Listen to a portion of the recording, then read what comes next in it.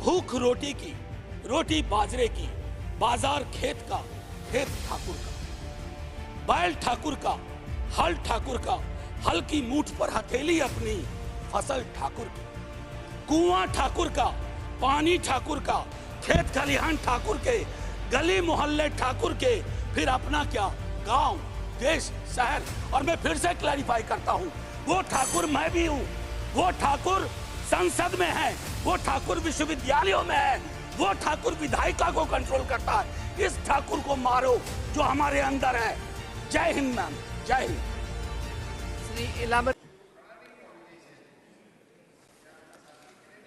Professor Manoj Jha. शुक्रिया madam, शुक्रिया आपके वहाँ होने के लिए भी। बस मैं आपके माध्यम से ये कहना चाहूँगा कि इतिहास में, संसदीय लोकतंत्र के इतिहास में ऐसे क्षण आते हैं जब ये कहना मुश्किल हो जाता है, जो मीडिया के लोग पूछते हैं बाहर, आइज और नोज। ये मसला यस और नो का नहीं है माननीय उपसभापति जी, ये मसला हमारे देश की तारीख से जुड़ा हुआ है। ये मसला इस बात से जुड़ा हुआ है जो प्रधानमंत्री जी ने अभी बीते दिनों सेंट्रल हॉल में कहा था, कैनवस बड़ा होगा, आकृति बड़ी होगी। बड़ा कैनवस है लेकिन आकृति छोटी गढ़ी जा रही है, और ये इतिहास स्मरण करेगा, ये मैं आपके माध्यम से कहना चाहता हूं। अब नारी शक्ति वंदन अधिनियम, मुझे तो समझ में नहीं आया कि ये लेजिस्लेशन है या किसी तरह का धार्मिक ग्रंथ की एक उसका शीर्षक है, क्योंकि बचपन से पढ़ता आया इस देश में, जब आपकी सरकार, बीजेपी की सरकार नहीं थी, जत्र नार्यस्तु पूज्यन्ते रमन्ते तत्र देवता। पता नहीं देवता रमन करते हैं कि नहीं, लेकिन हमने इस श्लोक के बावजूद महिलाओं का मोलेस्टेशन देखा, घरेलू हिंसा देखी, सबसे ज्यादा रेप परिवार नाम की संस्था में देखा, जिसका आंकड़ा खुद सरकार देती है। तो मुझको लगता है ये जो विरोधाभासी चरित्र है हमारे देश का, इस विरोधाभासी चरित्र पर भी बात होनी चाहिए। आज काफी सारी महिलाएं हैं, पत्रकार भी इस दर्शक दीर्घा में, इनको भी ये कहना चाहता हूं कि हमारे कुछ सरोकार हैं। इस देश में ऐसा नहीं चल सकता कि एक तरफ ये श्लोक पढ़ा जाए और दूसरी तरफ हम उस जुबान को छोड़ दें जो संविधान से आती है। मैडम, संविधान राइट्स की बात करता है, अधिकार की। हमारी वोकैबुलरी को क्या होता जा रहा है? अधिकार दया की श्रेणी में नहीं आएगा, लेकिन पूरा का पूरा जो टेक्सचर देखता हूं वो दया की श्रेणी में बात होती है। अधिकारों की बात कभी दया से नहीं होगी। माननीय deputy chairman ma'am, chairperson ma'am, sorry, as per the delimitation commission 2008 हमारे पास जो सीट्स हैं 412 जनरल सीट्स, 84 एससीज, 47 एसटीज। अब हम क्या कर रहे हैं इस बिल के माध्यम से, 84 और 47 के अंदर 1/3 कर रहे हैं। क्या यह अन्याय नहीं है? एग्जिस्टिंग सीट्स में नहीं, जो 33% आ रहा है उसके अंदर, जिसका आंकड़ा अभी के हिसाब से 136 सीट बैठता है, उसमें एससी, एसटी और ओबीसी की व्यवस्था हो। क्योंकि देखिए, मैं आपके माध्यम से कहूं, हर महिला को बहुत मुश्किल से आगे बढ़ना पड़ता है, ये आप भी जानती हैं। और खास करके पिछड़े वर्गों की महिलाएं, अनुसूचित जाति जनजाति की महिलाएं, उनका डिप्रिवेशन और वल्नरेबिलिटी बाकियों से ज्यादा होती है। हैंड होल्डिंग करने के लिए कोई नहीं होता है, हैंड होल्डिंग करने के लिए कोई नहीं होता है। अगर आप पहुंची तो बिना हैंड होल्डिंग के, लेकिन उन पिछड़ी जाति की महिलाओं का क्या, जिनके हैंड होल्डिंग के लिए ना हमारे धर्म ग्रंथों में कोई व्यवस्था है और ना आज की समकालीन बातचीत में कोई व्यवस्था है। रेटोरिकली हम कुछ भी कह दें, मेरा सिर्फ आपके माध्यम से कहना होगा कि हमारी पार्टी, आज मैं स्मरण कर रहा हूं, हमारे राष्ट्रीय अध्यक्ष लालू प्रसाद यादव जी, भगवतिया देवी, कई लोग जानते होंगे, पत्थर तोड़ने वाली महिला थी, पत्थर तोड़ने वाली। हम ना सहबो गाली भैया, हम ना सहबो गाली। वहां से, गया से निकल करके वो संसद तक पहुंची। क्या उसके बाद भगवतिया देवी आ पाई, फूलन देवी आ पाई? वो इसलिए नहीं आ पाई कि हम आपको दोष नहीं देते हैं, हमारी व्यवस्थाएं संवेदन शून्य है। मैं तो आग्रह करूंगा तमाम साथियों को, आप किसी भी दल में हो, आज एक बार उससे बाहर निकल करके सोचिए। यह ऐतिहासिक क्षण सचमुच ऐतिहासिक होगा अगर हमने आज इतिहास को व्यापक कैनवस पर देखा, जो प्रधानमंत्री जी कहते हैं। और प्रधानमंत्री जी की कथनी और करनी में फासला नहीं होना चाहिए, और यह फासला इसलिए नहीं होना चाहिए कि बड़े दूर फासले पे लोग खड़े हैं, अत्यंत पिछड़ी जातियों के लोग। मैडम, आप अगर आपके माध्यम से मेरी बात पहुंच रही हो तो आज मैं आग्रह करूंगा तमाम साथियों से, चिंता न करिए दलीय व्हिप की। दलीय व्हिप समाज की व्यवस्था पे भारी होना चाहिए, इसलिए मैंने कहा समर्थन विरोध नहीं, आज भी मौका है इसको सेलेक्ट कमेटी में भेज करके एससी एसटी और ओबीसी को इनकॉर्पोरेट किया जाए। नहीं, आज हम नहीं करेंगे, हम ऐतिहासिक गुनहगार होंगे।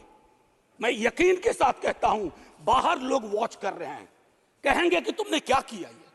ये व्यवस्था ऐसे नहीं बदली जाती है।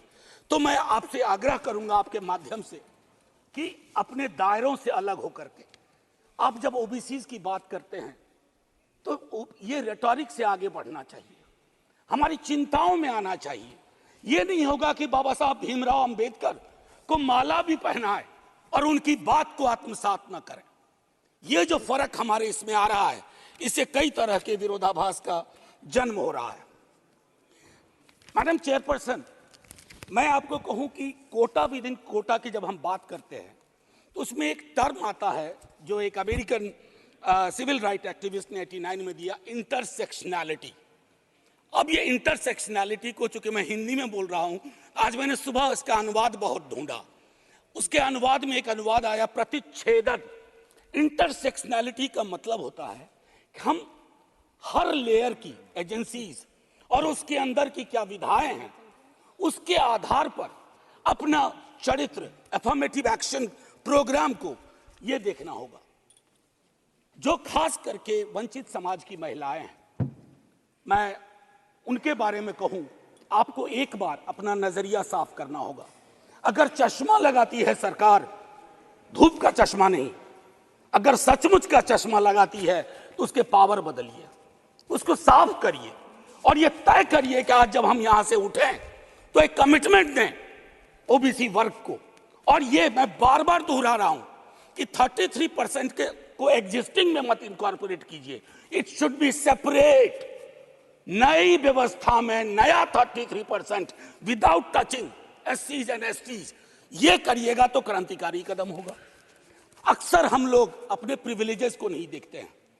मेरा सरनेम एक प्रिविलेज है, नीरज भाई का सरनेम एक प्रिविलेज है। हमारे सरनेम ने हमें प्रिविलेज दिए हैं। उन सरनेम्स को देखिए जिनके पास ये प्रिविलेज नहीं है। नहीं, ऐसे ही मैं बहुत अच्छा किया। मैं ये कहना चाह रहा हूं मैम चेयरपर्सन, मैं ये कहना चाह रहा हूं कि प्रिविलेज का जो व्याकरण है वो खत्म ही नहीं हो रहा। मैंने पहले भी सदन में कहा था कि इस देश में शायद there is nothing in name but everything is there in the surname. उनके संघर्ष, उनका जीवन कठिन लगातार होता जाता है। और एक ऐतिहासिक तथ्य बताऊं, 31 में बेगम शहनवाज और सरोजनी नायडू ने संविधान बनने से बहुत पूर्व इक्वल रिप्रेजेंटेशन की बात की थी।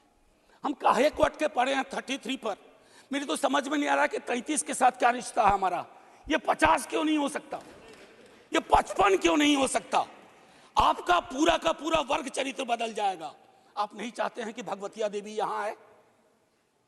हमेशा एक खास सरनेम, मैं तो बार बार कह रहा हूं कि जो अलग अलग दलों में भी हैं, अगर वो पहुंचे हैं यहां तक अपने संघर्ष से, तो उनको आज ये आवश्यकता है, उनको ये भरोसा दिलाया जाए कि ऐसी कोई चीज आगे नहीं होगी, सबके लिए खुलेगा।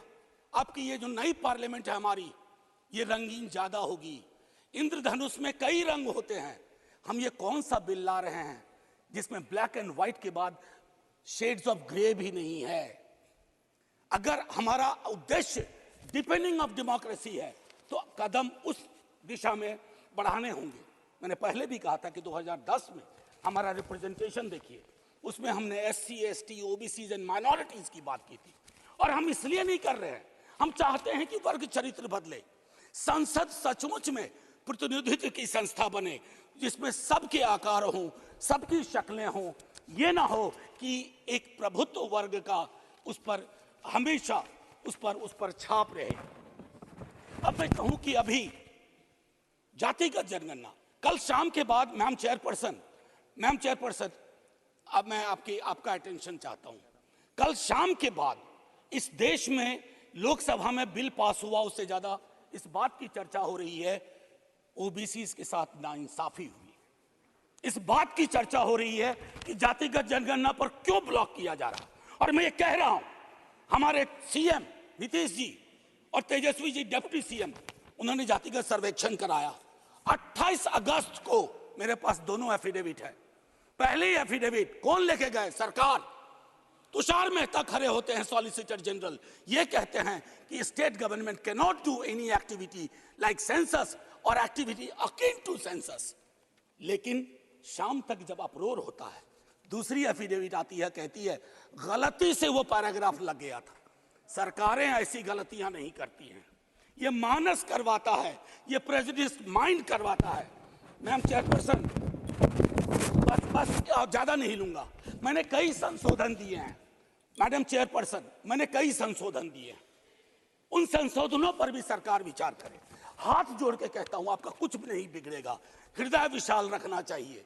छोटे मन से, आप ही के बड़े नेता कह गए थे, छोटे मन से कोई बड़ा नहीं होता। कैनवास पे बड़ी लकीर खींचिए।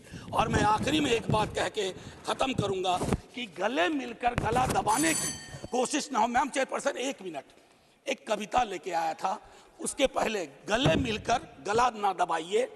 और ये कविता पढ़ के खत्म करूंगा और जय हिंद बोल दूंगा। ये ओम प्रकाश वाल्मीकि जी का है। इसमें जो प्रतीक हैं वो किसी जाति विशेष के लिए नहीं है, क्योंकि हम सब के अंदर एक ठाकुर है जो न्यायालयों में बैठा हुआ है, विश्वविद्यालयों में बैठा हुआ है, संसद की दहलीज को वो चेक करता है। तो कविता कुछ यूं है।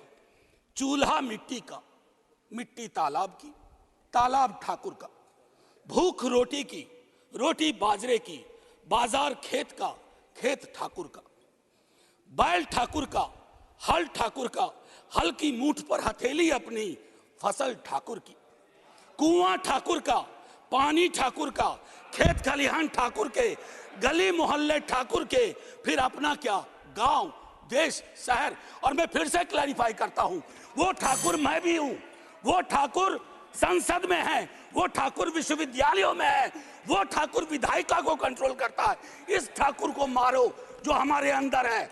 जय हिंद मैम, जय हिंद। श्री इलाहाबाद